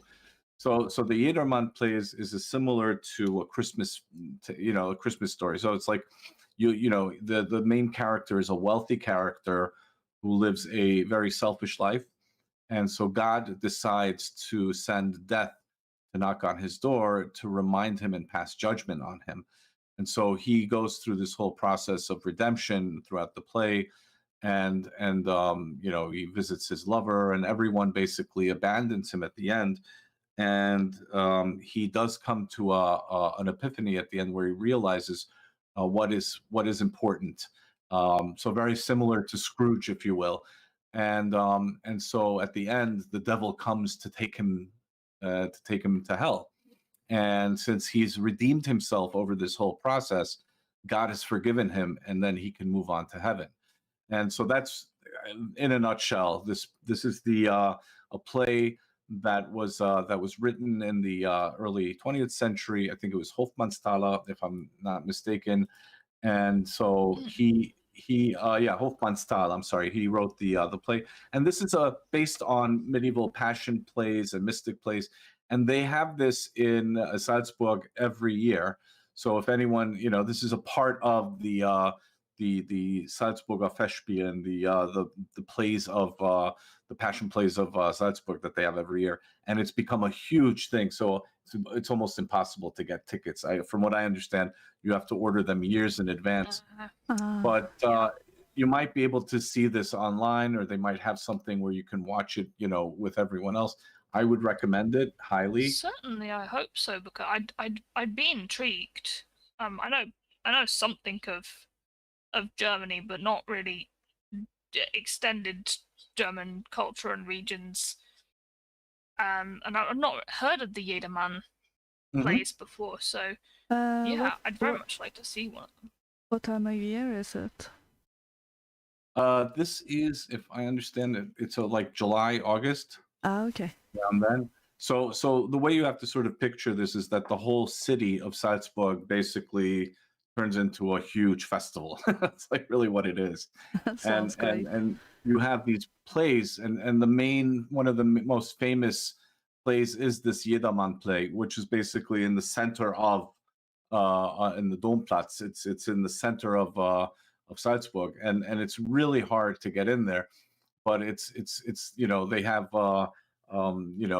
they have music from Mozart and Strauss and all these different musicians. So it's a huge festival. But like the most famous part of it is this play, and this play was written, I think, around 1911, and so Hugo von Hofmannsthal is the name of the playwright, and so this is definitely worth trying to find. It's a story of death, essentially. It is the story of redemption, the story of death visiting a selfish man, a wealthy selfish man, and also a story of redemption. So it's very definitely worth it. Yeah, I mean, coming at that sort of idea of redemption before death and going through like trials before death, like, again, still exploring like works like Evola, but it reminds me of the sort of like having to have like a strong enough sort of personality and character at death to make that Olympian leap, Right. the afterlife, and having to be, someone who can handle death, someone who can handle the reality of coming face to face with God in whatever form you're gonna see him. You're gonna meet your maker, as they say. Yeah. And yeah. Definitely should try and find out more about those plays. By the way, thank you, Sparky, in the chat for saying happy Burns Night to all of the Scottish people for tomorrow. Yes. What is that? Yeah, what is that? That's basically a commemoration of Robert Burns. Some of his friends started it. They started it after he died. And I think it might be on his birthday. I'll tweet something about it tomorrow, though. I'll tweet some information for anybody who doesn't know. And PA Scotland are doing a Burns Night stream tomorrow. So definitely watch out for that. They're the experts, the Scottish people.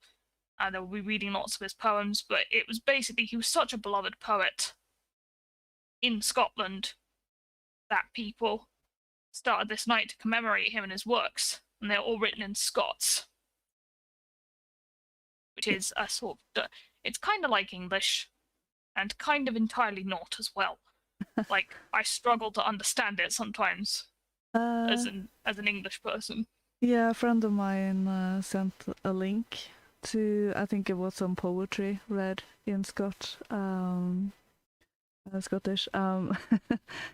with the question, do you understand this? We sort of had a language discussion going, and I actually understood most of it. So yeah, because it borrows from a lot of Germanic. Yeah, like it might have like Scandinavian style sort of words in it. Yeah, because it is influenced by that. I also have read the books with what's it called?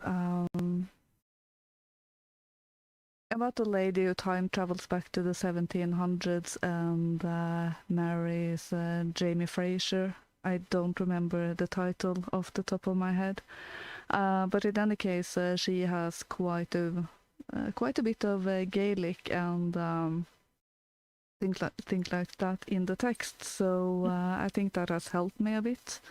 For some reason, that has stuck in my head. So it wasn't actually that hard to pick up. So I was quite impressed with myself. Nice. Well, yes.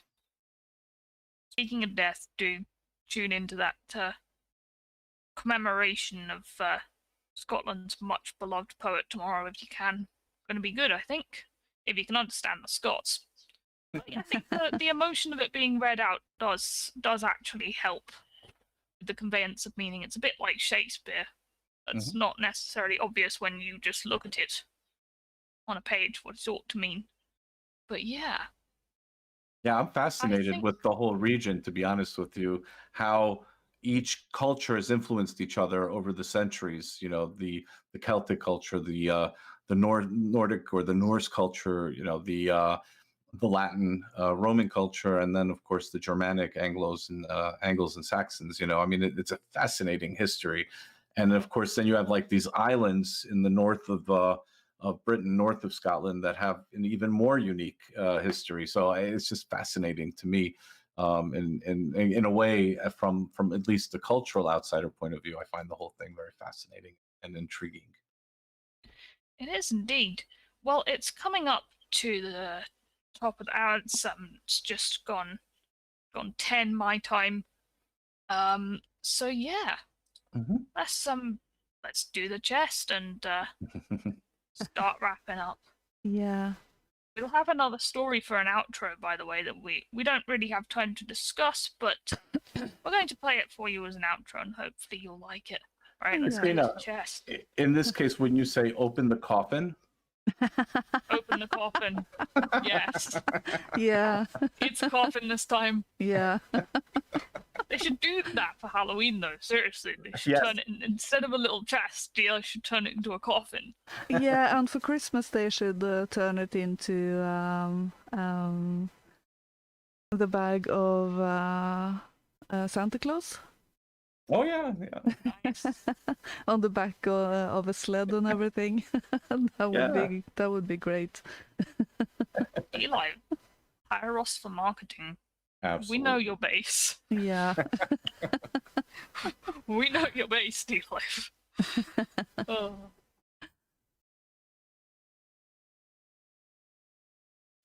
Who's getting the lemons?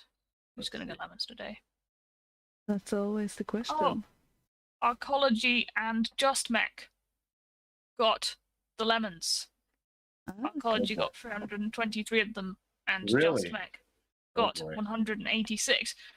Yeah, I don't know how dlive just allocates the lemons sometimes. Oh, thank you, Arcology. Hail. Thank you. Hail, Arcology. Yeah. You know, we're not X-tagged, so we can still take diamonds. Explosion.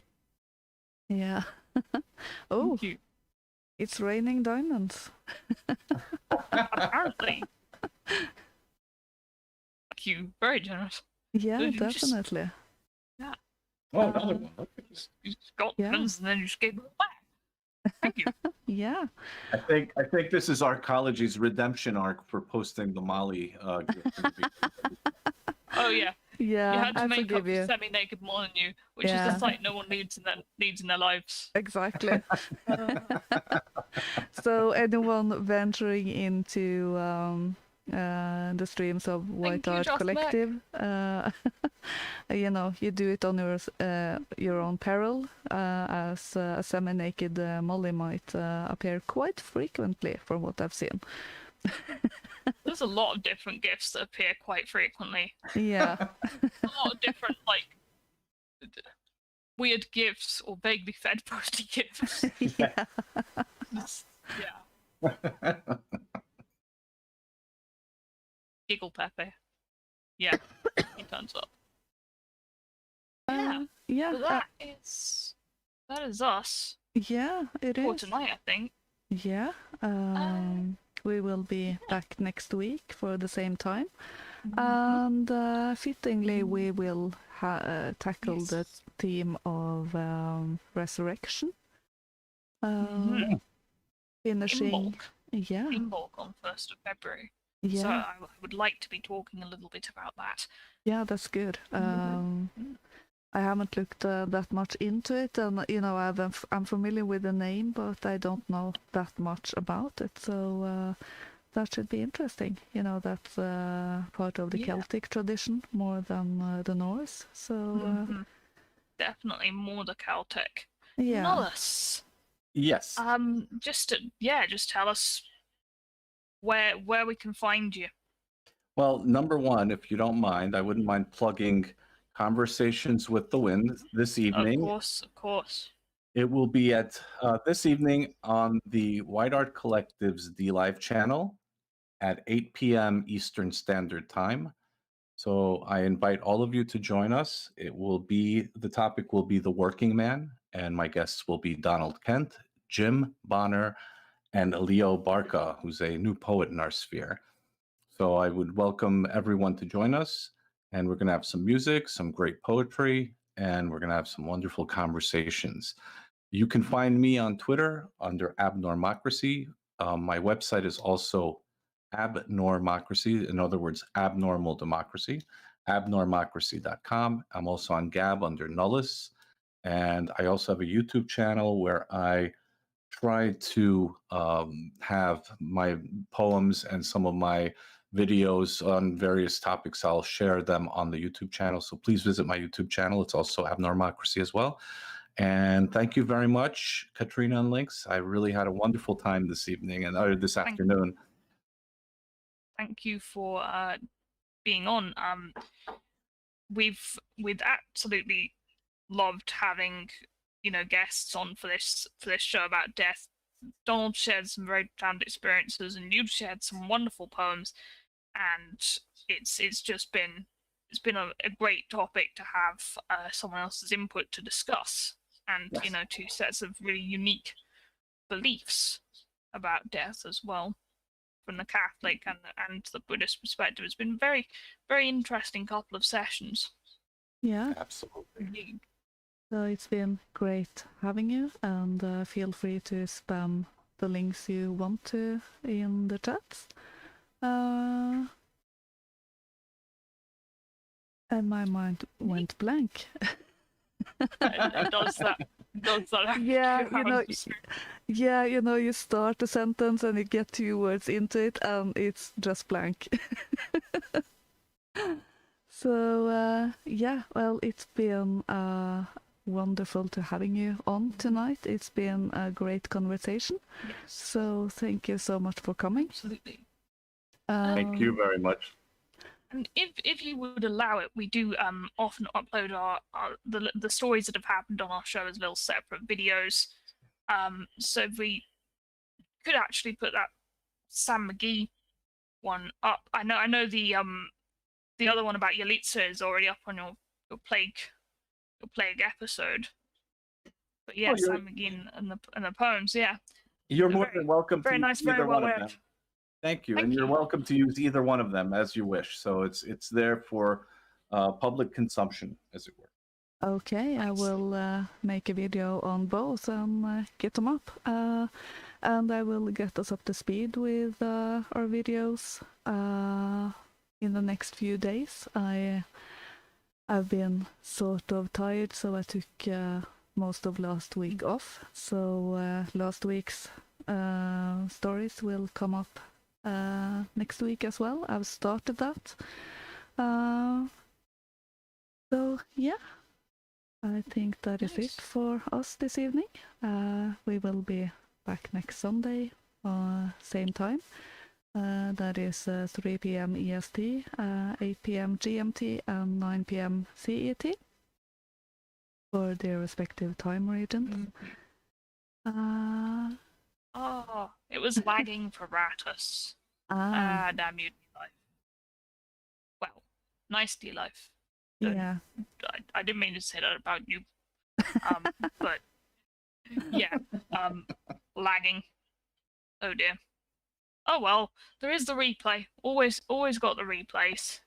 Yeah, and for those who missed that on dlive, we always have YouTube where everything is, and we also have library. The links to that is in the about section. And we might also, it's still more just that we talked about, so it's not concrete, but we might at least send the stories in replay one day during the week. So it will be in discussing, yes. Yeah, we'll have to see. So I'm just giving a slight tease. But that might just be a bit of talking, more similar to what we did during Christmas, so it won't be a full show. But you know, just some small talk and a few stories. So watch this space, as they say. Yes. Indeed. Hopefully. Yeah. She'll get something. She'll get some sort of rerun together. Yeah. But good night, everyone. Or good evening, if it happens to be that where you are. Whatever time it is. Yeah. I hope you've enjoyed the stories. And I hope you've learned something interesting. As we say, on to lighter themes next week. Yeah. More spring, more life. Yeah. Going through the circle, so to speak, or the cycle. Okay. Goodbye, everyone. I will outro us with Death and the Maiden. That's more of a poem, I think. And I hope everyone has enjoyed the show and continue to have a wonderful night and evening. And hope to see you next week. So, goodbye. Goodbye. Goodbye. Thank you. Death and the Maiden. At the edge of the village lived a comely young maiden, utterly alone. She had no husband, and all of her kinsfolk had died. Because of her misfortune, she was considered cursed by death, and because of this the other villagers kept a great distance from her. They avoided her, and in turn she avoided them. One dark, rainy night there was a rapping at her door, and she answered. There stood a weary man. I am a wanderer, and I have been far in the world. Here will I rest. No further can I go. The maiden was relieved to have company, and told him, Stay here. I will give thee a mattress to sleep on, and victuals, and drink too. The wanderer accepted, and, when he had finished eating, lay upon the mattress. Now, once again I sleep. It is long since I last slept. How long? Asked the maiden.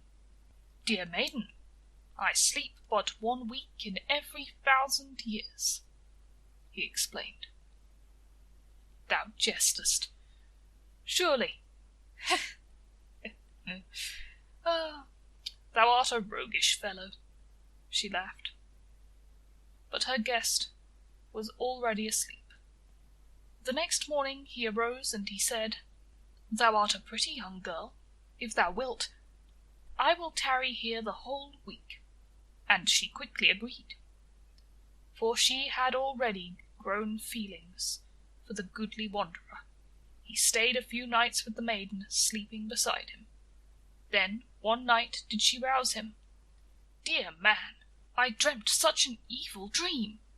I dreamt thou hadst grown cold and white, and we drove in a beautiful carriage, drawn by 6 white doves. Thou didst blow upon a mighty horn, then dead folk rose up and went with us, and thou wert their king. That was an evil dream, answered the wanderer. My beloved, I must go, for not a soul has died this long while in all the world. It is time, I must leave, and you must let me go." But the girl wept. "Go not away. Bide with me." "I must go," he answered. "God keep thee. If you must leave me, dear man, then tell me, who art thou?"